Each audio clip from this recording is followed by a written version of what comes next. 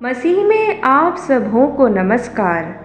धरती पर स्वर्ग दैनिक भक्ति में आपका स्वागत है। आज का दिन शुक्रवार 24 अगस्त 7। परमेश्वर के वचन के चमत्कार। इब्रानियों अध्याय 11 वचन 3। विश्वास ही से हम जान जाते हैं कि सारी सृष्टि की रचना परमेश्वर के वचन के द्वारा हुई है।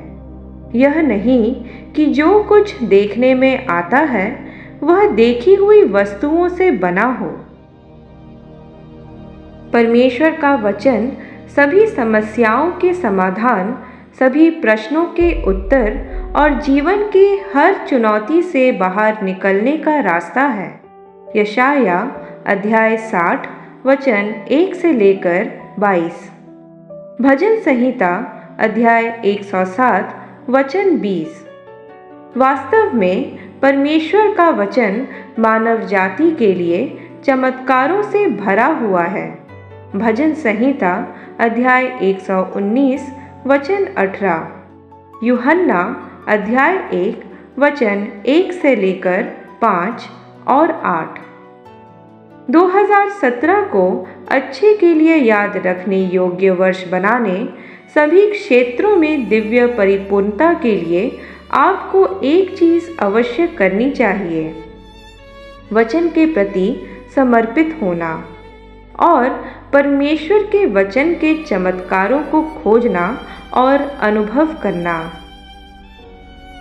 क्या आप चाहते हैं कि वर्ष 5787 आपके लिए एक मधुर स्मारक बने? क्या आप चाहते हैं कि यह नया इब्रानी वर्ष आपके लिए उत्तरित प्रार्थनाओं का वर्ष हो, जिसमें आप पूरे 365 दिनों में अलौकिक का अनुभव करें और आनंद लें? क्या आप अपने दिव्य और सांसारिक कार्यों में सफल होना चाहते हैं और अपनी नियति को पूरा करना चाहते हैं? आपको परमेश्वर के वचन के चमत्कारों को अनुभव करने की आवश्यकता है। परमेश्वर का वचन जीवन देने वाला, शक्तिशाली और जीवन बदलने वाला है। परमेश्वर के वचन में आपके पास अपने जीवन के सभी अच्छे द्वारों को खोलने की कुंजी है और अपनी दिव्य नियति को पूरा करने का साधन है।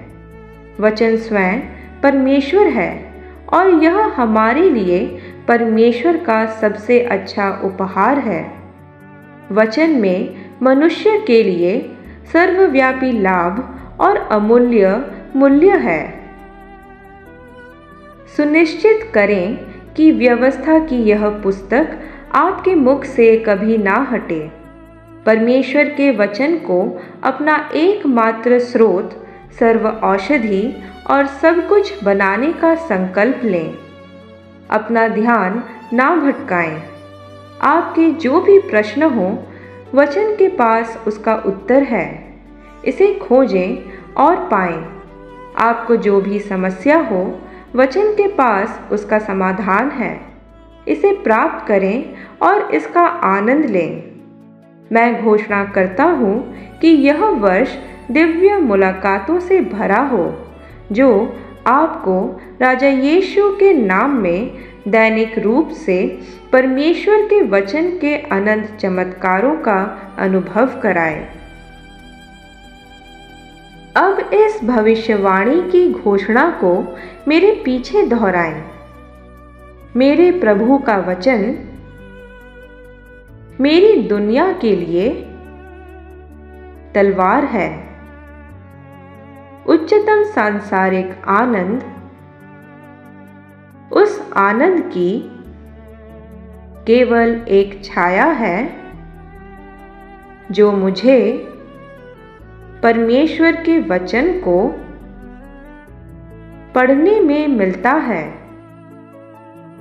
परमेश्वर के वचन की रचनात्मक शक्ति उन सभी चीजों को उत्पन्न करेगी जो इस वर्ष को मेरे दिव्य प्रगटीकरण का वर्ष बनाएगी। आगे के अध्ययन के लिए आप पढ़ सकते हैं यहेजकेल अध्याय 37 वचन 1 से लेकर 14, दूसरा पतरस अध्याय 1 वचन 21 और 22, इफिसियों अध्याय 6 वचन 17। यदि आप 365 दिवसीय बाइबल पठन चुनौती में भाग ले रहे हैं तो आज के लिए आपका पाठ है लेव्य व्यवस्था अध्याय 19 से लेकर 21। प्रिय संत, आप महिमामय प्रकाश में चमकने के लिए बनाए गए थे। अपने जीवन से परमेश्वर की महिमा को प्रज्वलित होने दें और परमेश्वर के संग एक बेहतरीन जीवन के निर्माण करने की प्रक्रिया का आनंद उठाएं। आज राजा यीशु के नाम में आप पर बोले गए भविष्यवाणी की बातें आपको हिम्मत दें और मजबूत करते रहे। आमीन। कल तक के लिए हिया बांधे रहें। Shalom shalom.